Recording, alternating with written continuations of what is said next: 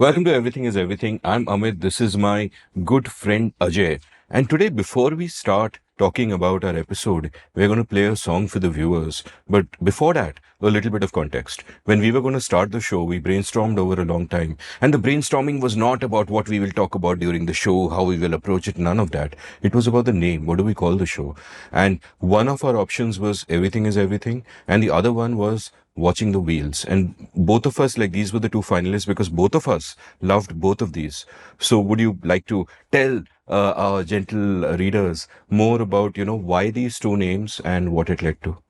Watching the Wheels is from the John Lennon song, and it has a nice contemplative and humble approach that the universe is bigger than any of us and it trundles along, and we're curiously watching with an air of amusement.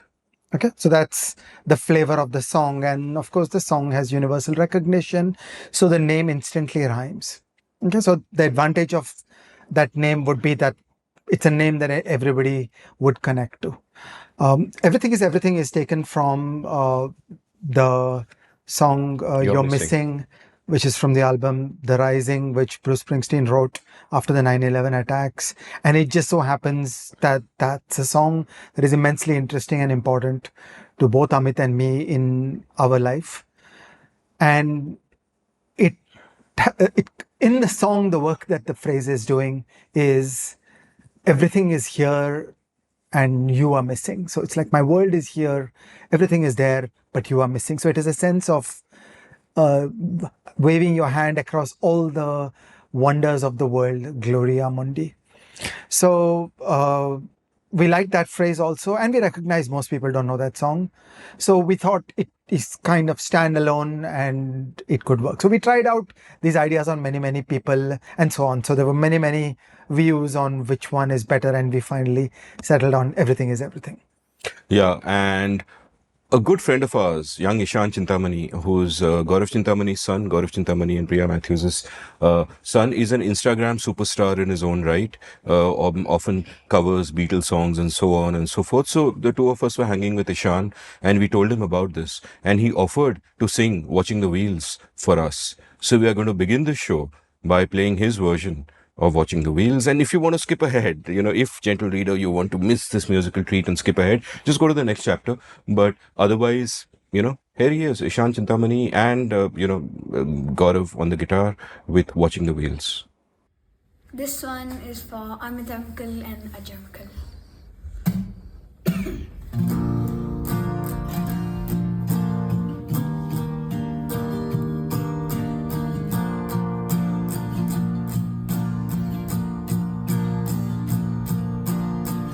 People say I'm crazy, doing what I'm doing. Well, they give me all kinds of warnings.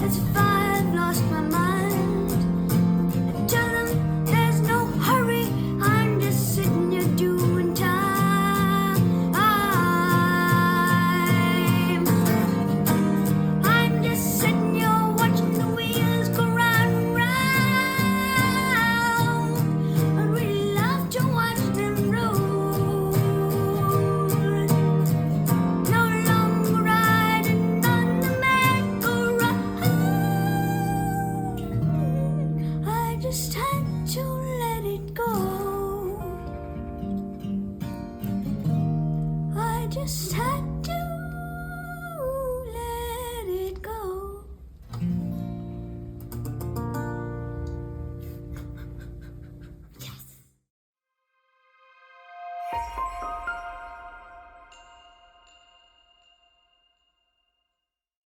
And gentle readers, I'd love to tell you that this was actually the third version of the song that Ishaan performed. Ishaan performed two versions before this, which are also cool and different. And he improvises more and more in each one. And, when I heard the first one, the chorus had this little bit of grungy angst in it. And I messaged Gaurav and I said, Ki, boss, he's actually performing the Chris Cornell version, isn't he? Because Chris Cornell has my favorite version of the song. And Gaurav was like, no, he heard both the Lennon version and the Cornell version and he took what he liked and he made it his own. So it's quite beautiful. And we are going to play those two versions back to back right at the end of the episode.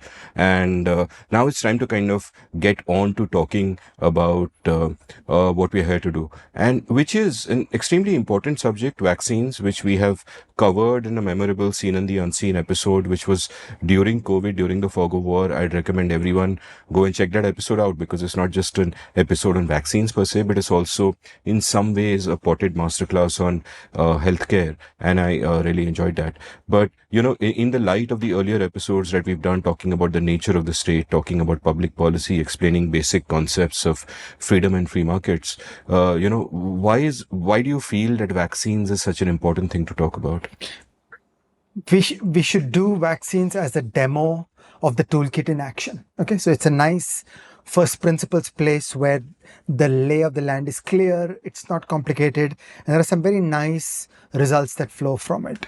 But we should also take interest in vaccines. Gentle reader, you should take interest in vaccines because vaccines are simply miraculous.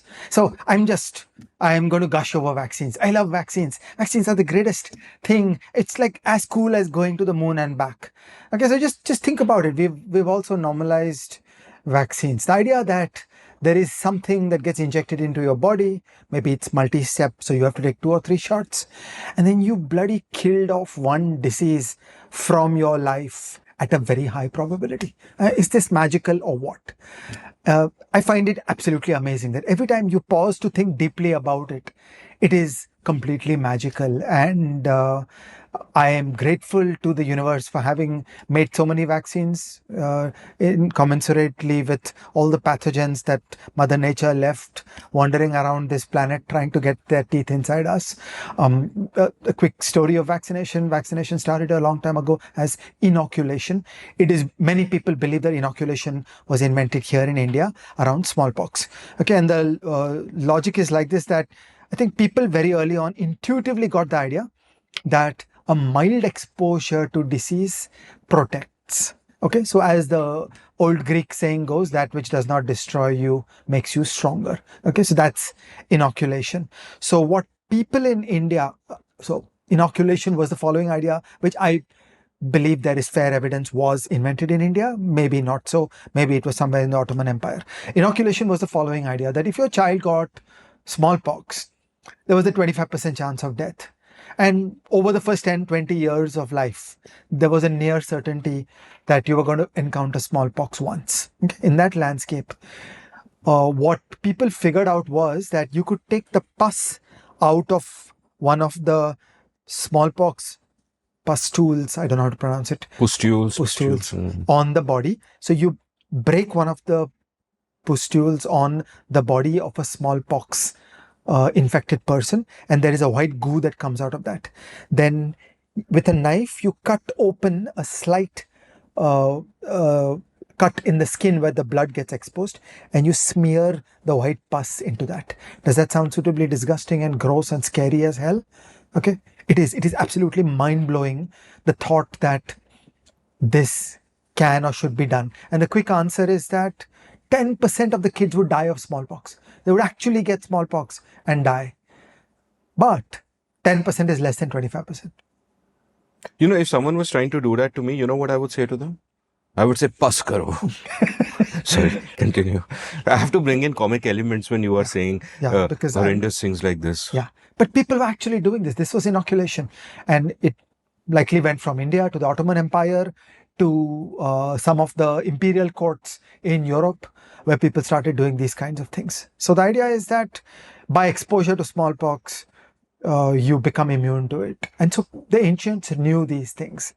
The trouble is, it's very uncontrolled. You can't predict. And I'm sure people that have tried some dosage stuff, but smallpox is a dangerous, highly virulent disease at very low doses. So, if you try, instead of 1 ml of the pus, you try 0.1 or 0.01 ml of the pus, that probably doesn't make a whole lot of difference in terms of the capacity for the inoculation to kill the person. So this was an interesting idea, and it was there and it was parked. The next revolution came from cowpox, where Edward Jenner observed that the women who worked with cows often got cowpox, which is a relative of smallpox. But once they got cowpox, they were completely immunized against smallpox. Now, this is seriously great, because cowpox actually doesn't kill you at a 10% probability. Cowpox is pretty harmless. It's a minor disease. Once you get cowpox, you're protected against smallpox because it's a relative. That was a huge intellectual breakthrough by Edward Jenner, where the idea came that, this stuff can deliver protection without killing a large fraction of the people. And so the idea was that cowpox is different from smallpox, and the difference between the two is sufficiently large that you don't kill, but it's sufficiently low that it delivers protection. Okay, this led to the whole modern idea around vaccines.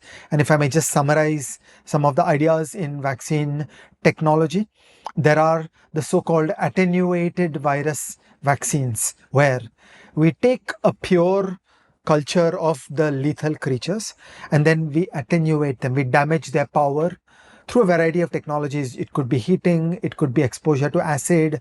There are a couple of techniques whereby you diminish their potency, but there's enough in there for the human immune system to learn the virus. Another line of attack is modern techniques. Here's an example, the AstraZeneca vaccine, which was manufactured by Serum Institute and sold in India as Covishield.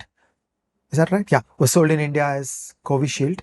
Works as follows. There is a chimpanzee virus, which is a harmless respiratory sickness in chimpanzees and humans. Using genetic engineering, the SARS-CoV-2 is placed inside that chimpanzee virus.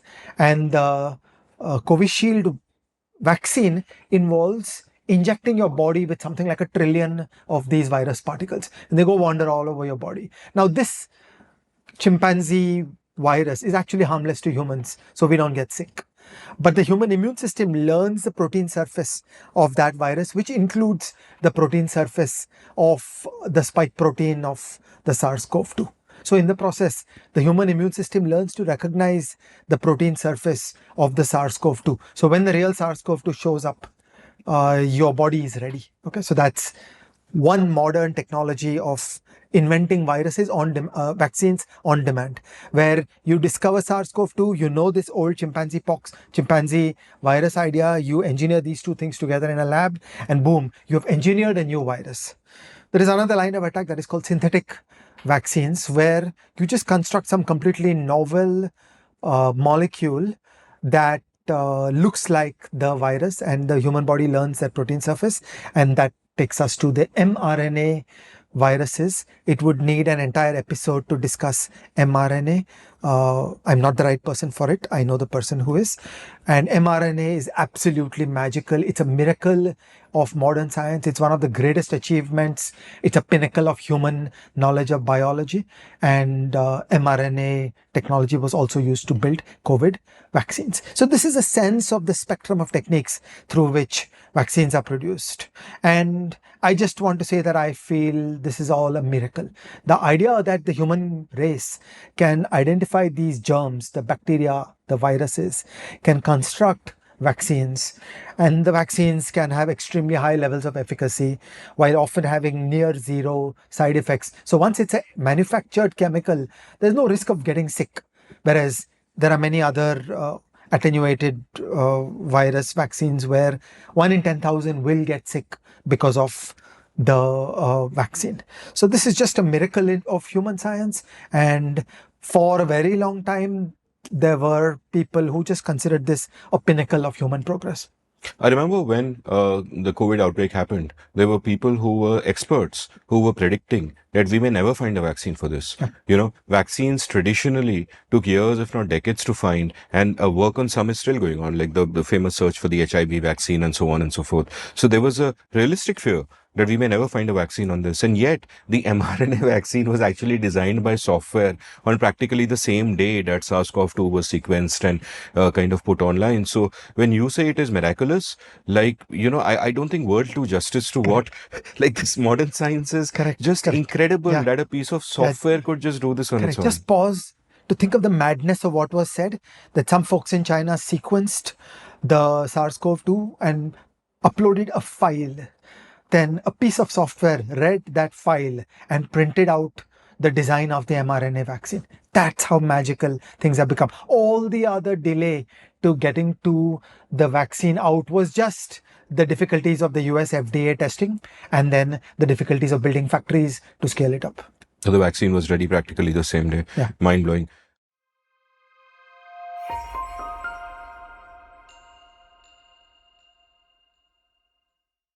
So, you know, one of the delightful reasons that I got sort of excited about vaccines was you told me one day, you told me that, Amit, you should take the influencer vaccine. And I said, this is great. There's a vaccine that protects me from influencers. I'm signing up. Give it to me. You had me at hello. And then I realized that as usual, Ajay Shah, it's your mispronunciations and your mumbling. And actually you were saying influenza vaccine. And you're a big fan of vaccines in general. And you do want me to take many vaccines. And I will. But we'll talk about that at the end of the episode. What I want to first sort of ask you about is that when it comes to vaccines, we are both fans of vaccines. We are fans of science. We are also fans of freedom. And now it gets a little messy and complicated because in India, often there are many misconceptions, some of which were displayed during COVID, and we discussed them in our great Seen and the Unseen episode. If I may use terms like great for my own episode, that feels like self-praise, but my guest was great. And so I want to quickly bring them up because I feel that in the context of what we spoke about in the last two episodes, you know, the state and public policy and all of that, using that framework, it would be useful to kind of talk about this. And I'll quickly go through some of those. Like, number one, people believe that the government should fund vaccine development because, hey, if it's a good thing, if it's going to help people, if it's going to have positive externalities, government should fund it. Number two, the government only should run the production facilities. It's too important to be left to private parties. They'll adulterate, they'll do this, they'll do that. Nahi chalega. And then the government should ban imports.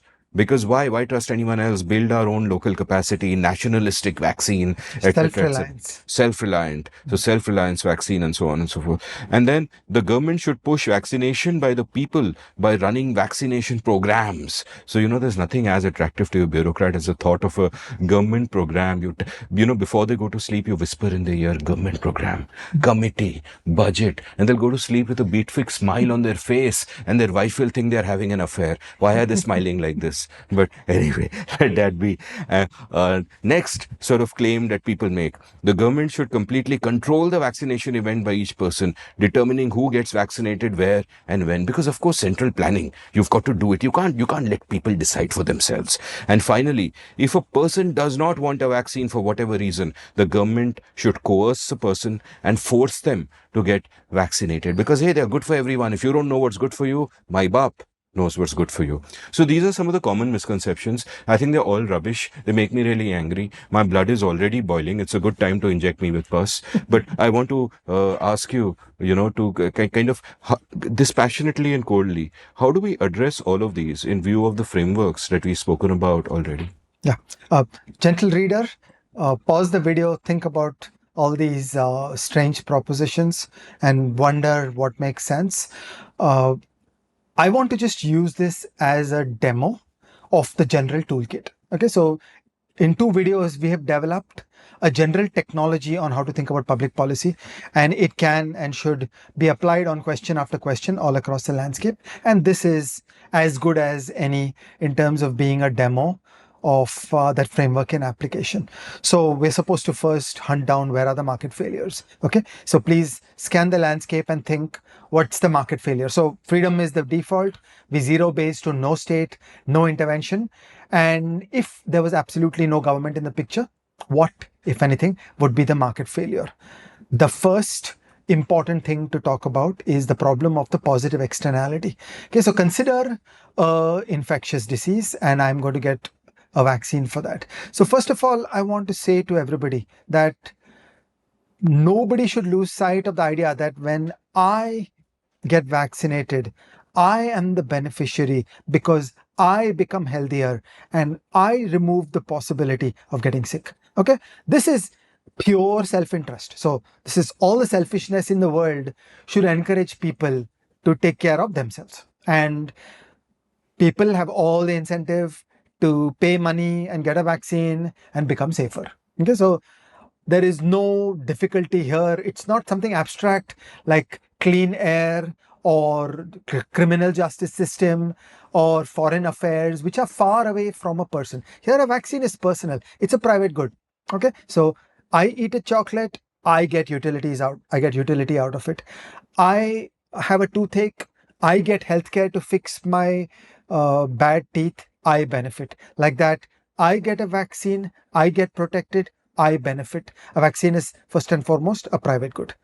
There is a problem inside this, which is a market failure that is called a positive externality, which is that when I get vaccinated, I get protected, I don't fall sick, I don't get sick with that particular pathogen, then you are indirectly the beneficiary because you sit with me in the studio and I gab at high speed and all the molecules from my mouth are carrying pathogens to you. So if I'm vaccinated against SARS-CoV-2, then you are the beneficiary because you will not get exposure to SARS-CoV-2. Okay, so the presence of this positive externality is indeed a market failure. So let's go deeper into it. Let's play with the meaning of the word market failure. Step one, suppose I care only about myself and I'm selfish, and out of my own self-interest, I got myself vaccinated. Then actually, for me, the story is over. There is no market failure. So if there is anybody in this country that sees their own self-interest and goes to a shop and gets a vaccine and gets vaccinated, we're done. Then there is no issue of market failure. We're only down to the people who are not willing to spend the money required to buy a vaccine. If so, you have a market failure. Apart from that, there's no market failure. Okay, just a slightly technical digression. There are other positive externalities such as education, where the decision under question of the person is a real number. It could be the money or time that a person commits to education. In that case, the positive externality problem is I will always underinvest in the time and money I put into education because some of the benefits of my education spill over to you. There is always a market failure for every single person in the country. The amount of time and effort that is dedicated to education is different from what it would be if they pursued social welfare. In the case of vaccine, there's only 0-1. There's no second vaccine and there's no real valued vaccine. Vaccines are only integer valued. They're the 0 or they're 1. For the ones, it's game over. There's no difficulty of market failure. Okay, so unlike real valued decisions, for this integer valued decision, either you choose to get vaccinated, in which case there's no market failure, or you say, no, this is too expensive, I'm not going to buy the vaccine. So people look at their own self-interest and they figure out what is the magnitude of my income disruption in COVID. So how much money am I willing to spend on a COVID vaccine? And they choose to not get vaccinated. That's where there is a market failure. And the machinery of government that can and I believe should be applied to this problem is basically a funding intervention. So the standard answer for all positive externality problems, whether education or vaccines, is a voucher, is that the government will part fund the purchase of the vaccine. So I think for myself, and I incorporate my self-interest in my willingness to pay for a vaccine, the government tops up with some money to express the gains that are obtained by the rest of the society. And then I have a bigger chunk of money and I'll go use that money to buy a vaccine. Okay, so this is the first basic story around vaccines, that there is a market failure, it's a positive externality, and it may justify a funding response. If a disease is sufficiently scary, then maybe you don't need a funding response by the government because the people are so desperate, they're willing to buy their own vaccines. Okay, so we shouldn't assume there's government in this. Let's be thoughtful and let's analyze the situation. So, maybe for a flu, the price of the vaccine versus the extent to which I'm inconvenienced if I'm a flu. Now you might start getting shades of gray where people may be unwilling to spend money for a flu. For the more virulent and dangerous diseases, it may not be a big threat. So we can debate how large that mismatch is between personal incentive and the welfare gains of society as a whole. So this is one block of the story of, is there market failure in the field of vaccines? And it necessitates, or no, it motivates a funding response. It does not motivate any of the other kinds of claims that you have made. The second block of logic around vaccines concerns the rare situations when the humankind is able to organize itself to go after an eradication. Okay, we will never eradicate the common cold because it actually goes in and out of many species, including pigs. We will never eradicate rabies because rabies has an animal reservoir in dogs and foxes and such like. So there can be no question of eradication there. You just make do. There is always going to be rabies infections and we're going to have to live with it. There are some rare situations where a pathogen has no reservoir outside of a human reservoir. And then you get to a remarkable idea that we can exterminate this damn thing, that we can completely drive smallpox to extinction. Okay. And these are not common. So again, it is a mind-blowing achievement when the humans were able to imagine that we will do smallpox eradication. That I'm not going to settle for this day-to-day whack-a-mole, you keep on fighting with this thing forever. We will eradicate it from the face of the earth. I'll tell a little more story about smallpox in a moment because I can't resist, because Please I tell love the smallpox story so much. Yeah. It's a triumph of human achievement. I will also tell you a story that could have been a book and may have been a film, but never mind. But you tell your story first. Okay. And similarly, there are some other situations like polio, which there is only a human reservoir. And if you're able to get the polio vaccine out to every single person in the world, then you're done. You'll get rid of this horror forever. And that is very, very attractive. In that environment, I will now bring a second market failure concept, which is public good. Okay. Imagine a world where smallpox is gone. Okay. Vaishnav and Namsita haven't even had the damn smallpox vaccine. It's only old people like me that have even had the smallpox vaccine. Why? Because it's gone from this world. It's non-rival that Vaishnav's consumption of the eradication of smallpox in no way diminishes your consumption of the eradication of smallpox. And it is not even in principle possible to exclude a newborn child from the glory of the absence of smallpox in the world. So this passes the tests of public good. Okay, so eradication reaches the standard of a public good. Vaccines for normal things reaches the market failure of positive externality. Okay, eradication projects and only eradication projects have the high bar of public goods. Now, in this situation, there is a puzzle of moral philosophy. What if some 1,000 people in the world say that I'm a conscientious objector and my religion prevents me from injecting a smallpox vaccine into me? Okay, so on one hand, there is freedom because you'd like to say, look, it's your body. And a state that touches your body is a very high form of intrusive intervention. So, I think of death penalty, torture, incarceration, touching. Okay, so that's the levels of intrusiveness through which a state can mess with your life. So a state forcing a person to get vaccinated is pretty horrible in its own way. It is a very high level of intrusion. On the other hand, we would love to respect the freedom of individuals. If an individual says, see, I've thought about it, I have decided I don't want this vaccine, or it is against my religion. Okay, so I may be an atheist, but I will defend unto death your right to be religious. How do you think of that trade-off? Okay, and the puzzle that we should be asking is, would you be willing to have the state coercion of state functionaries strapping down Amit Bhai, and as he's hollering and screaming, pulling up his sleeves and injecting him a scene straight out of One Flew Over the Cuckoo's Nest? Pun not intended, I hope. One flew over the cuckoo's nest. And my question is, which Amit Bhai are you talking about? It better not be me. It better be someone else. Was that a rhetorical question, or you want me to It's answer? the moral question that all of us should be pondering. Okay, I'll tell you my opinion. My preferences, my belief is that if you tell me that we are discussing a smallpox eradication, we're discussing a polio eradication, this is a rare government coercion touching the human body, strapping Amit down, that I'd be willing to sign on for. You really want to strap me down, don't you? Yeah. Okay, but I don't want to overstate. Who am I? I'm a tiny, irrelevant person. We each of us have our own choices. These are interesting things to debate. Okay, so here are two first principles, pillars of this game.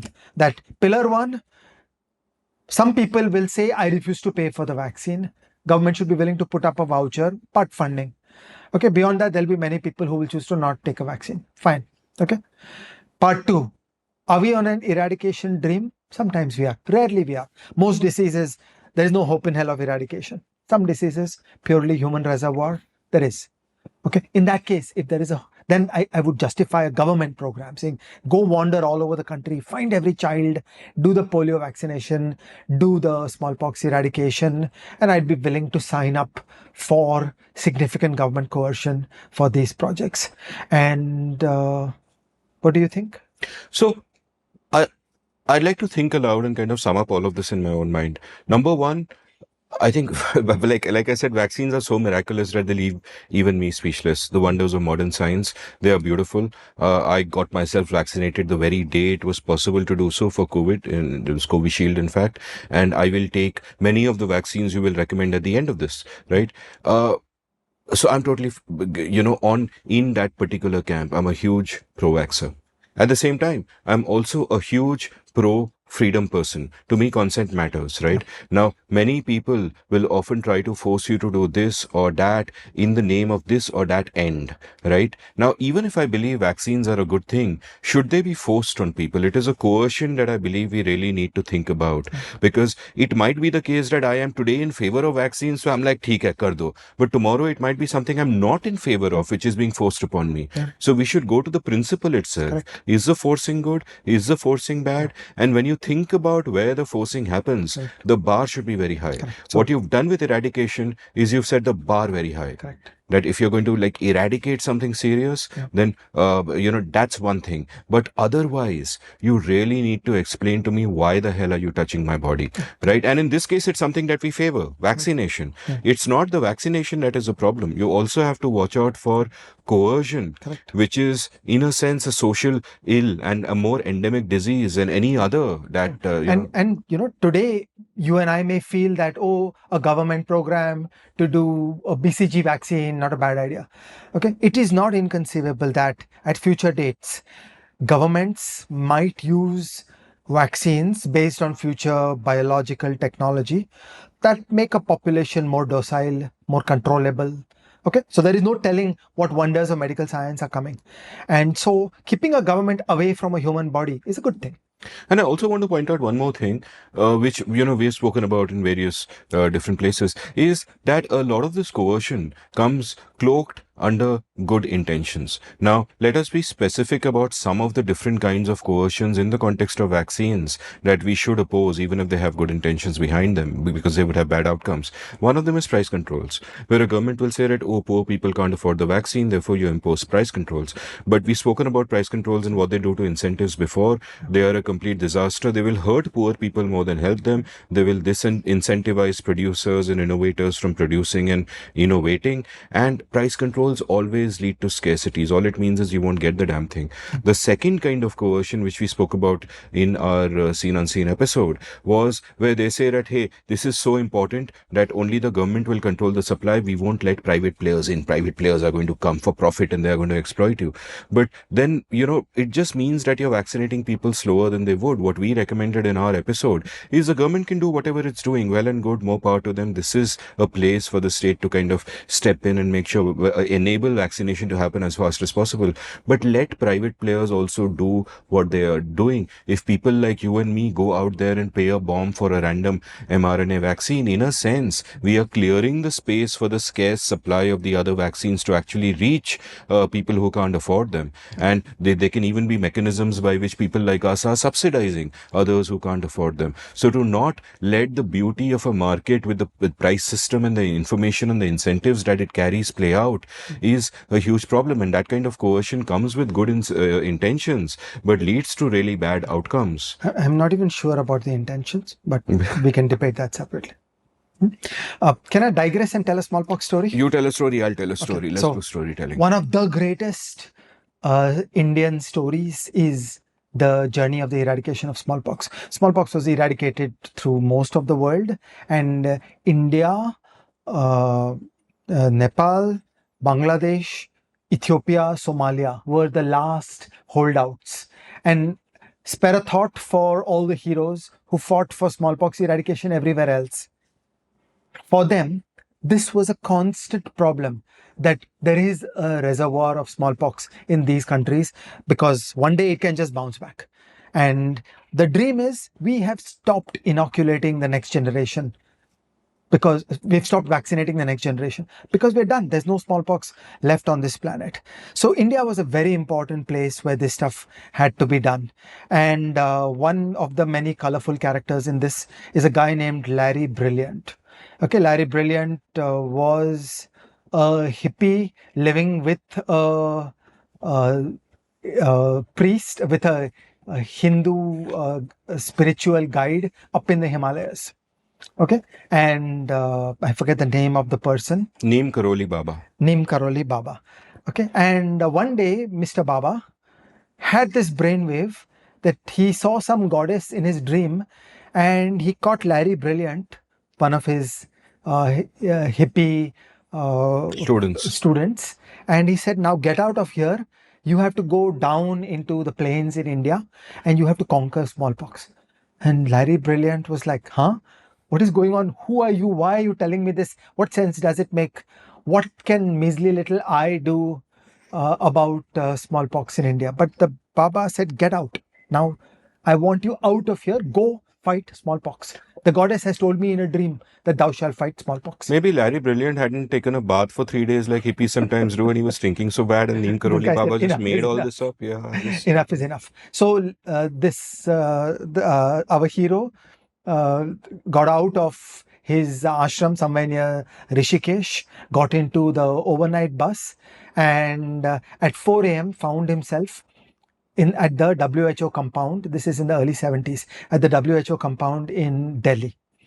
And there was nobody there. It was 4 a.m. There were some dogs barking. He slept at the gate of the WHO because he had nowhere else to go, and he was a hippie. He didn't have anything. In the morning, people came. They looked at him. Who is this guy? What is going on? He actually had a degree in medicine. So they signed him on as some junior flunky into the smallpox project. Okay, so he was sufficiently impressive, and well, he did know something about medicine. He was sufficiently impressive that after he had bath and he cleaned up, that he got some job as a flunky in the smallpox program. He was brilliant. He was Larry Brilliant. He was not just brilliant. He was Larry Brilliant. Okay, and then one thing led to another, and it ended up that he was one of the top people who led the India smallpox eradication program. So, okay, there is a goddess in a dream that can actually have some vast consequences for the world. So that's my smallpox story. What is yours? So my smallpox story is not even a smallpox story. It's a work of fiction. An idea came to me when in my early 20s, when I was perhaps as old as young Vaishnav is now. And I read this great book on smallpox. I've forgotten the name. If I remember it, we'll put it in the inserts in the show notes. And a great New Yorker essay as well, and ditto. And I had an idea for a book. The book was called Smallpox Town. That's one word, Smallpox Town. And in that, a city gets smallpox, but not the people in the city. The city gets smallpox, and the buildings start breaking up with pustules, and the ground starts scabbing away, and all of those things happen. And gradually, whatever happens through the course of the actual disease happens not to the people, but to the city. Sufficiently dystopian and surreal and all of that. But I was very young, and one forgets these things. But suddenly, at one point, you said, I have a story that I remembered this. Had you read The Plague before or after? I haven't read The Plague. Oh, okay, fine. I mean, I've read L'étranger, of course. My mother died today, or was it yesterday? But I haven't read The Plague. Okay.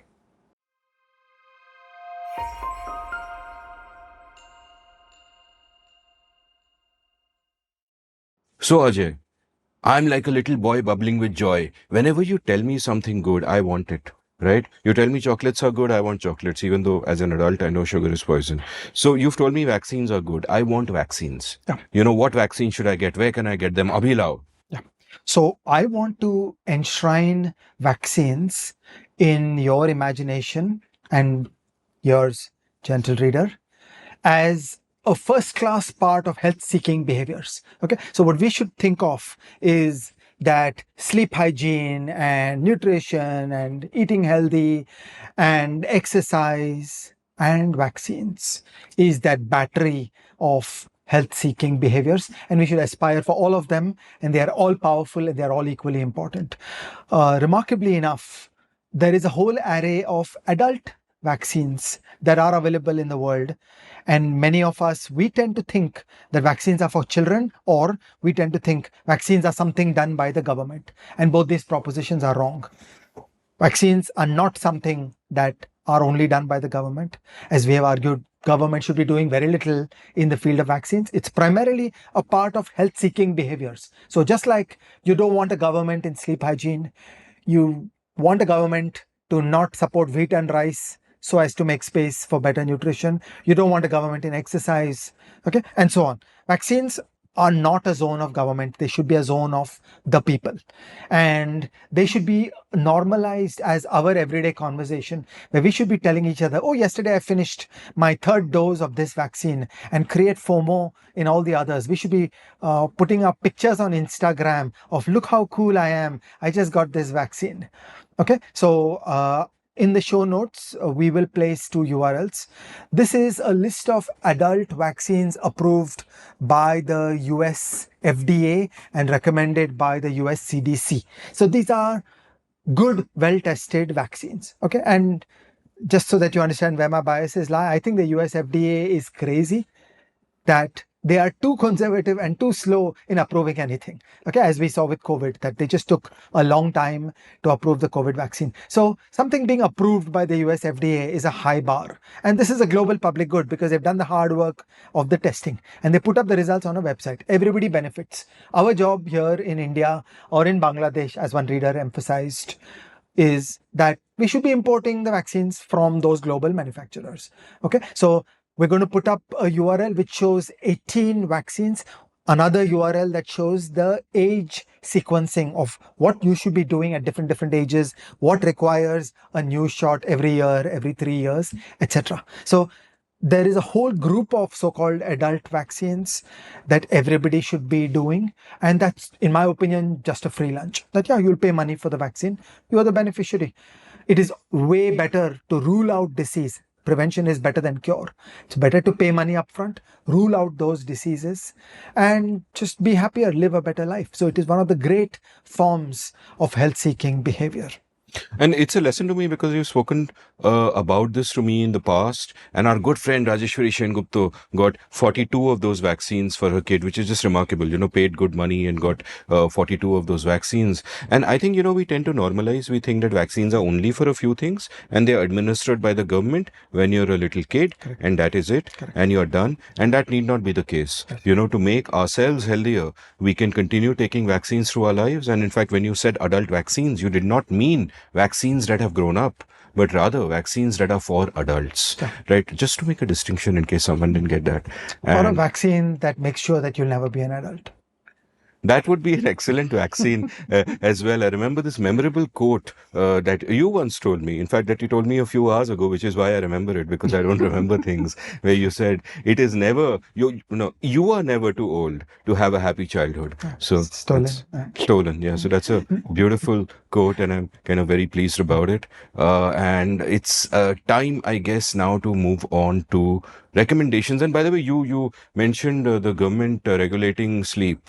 Yeah, don't give them ideas. Imagine the government going around monitoring everybody's sleep and implanting devices, and it's like, Ajay Shah, you slept 7 hours 35 minutes. It is good for you if you sleep for 8 hours. You need to get your 2 hours of REM. Where are we? And now? remember, somebody will say, if you haven't slept enough, then we will prevent you from driving a car because you're imposing a negative externality upon others. So you have the mobile phone will connect to your sleep tracker, and it will speak to your electronic car, and the car will not start if you haven't slept enough. And it is a great revelation. By the way, something that I learned from my first recommendation of the day, so I'm going to get it over with now.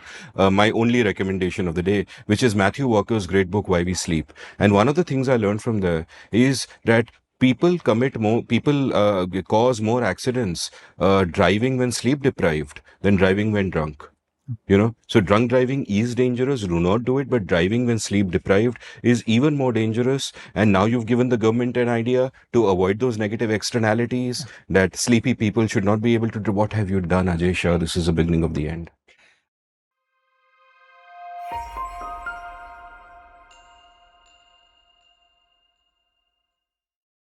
I had planned one recommendation for today, but it shall go to two. The first is a phenomenal science fiction book by Nancy Kress. It's called The Sleepwalkers. Okay, so just to give you a hint of the plot, in The Sleepwalkers, there are two kinds of humans, one who need to sleep and one who don't. Wow, very interesting. Okay, and the second book that I want to recommend is one of the fundamental books on the field of health. It's called A History of Global Health, Interventions into the Lives of Other Peoples. Okay, it's by Randall Packard. It's one of the great books in the field of public health. Public health is a field that is practically absent in India. All we have is healthcare and some doctors trying to do health policy without having bothered to read a certain book. Yeah, and public health and healthcare are completely different things. It is important to know the difference. You have explained the difference in an episode of this great podcast called The Seen and the Unseen. So that episode is also a self-recommending, as Tyler Carvin often says, but I don't think he means this.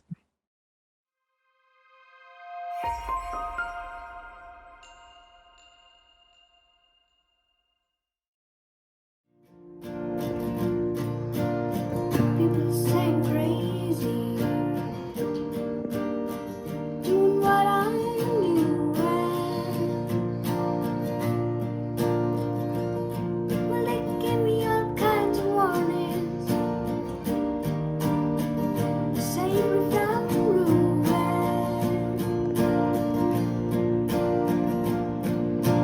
When I say that I'm okay, but they look at me kind of strange. Surely you're not happy now in a long played game. People say I'm lazy, dreaming my life away. Well, they give me all kinds of advice, saying to enlighten me.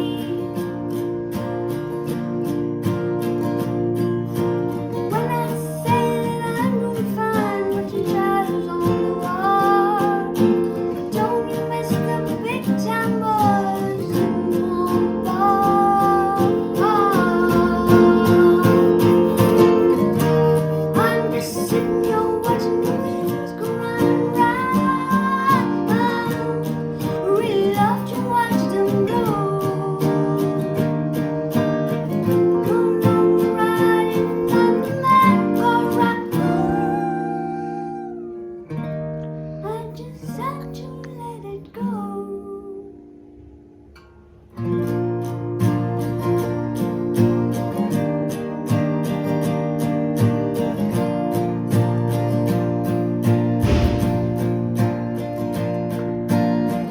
People asking questions, lost in confusion. Well, I tell them there's no problems, only solutions.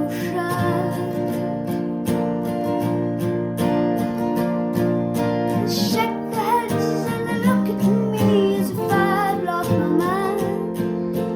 Tell them there's no hurry, I'm just sitting here doing time.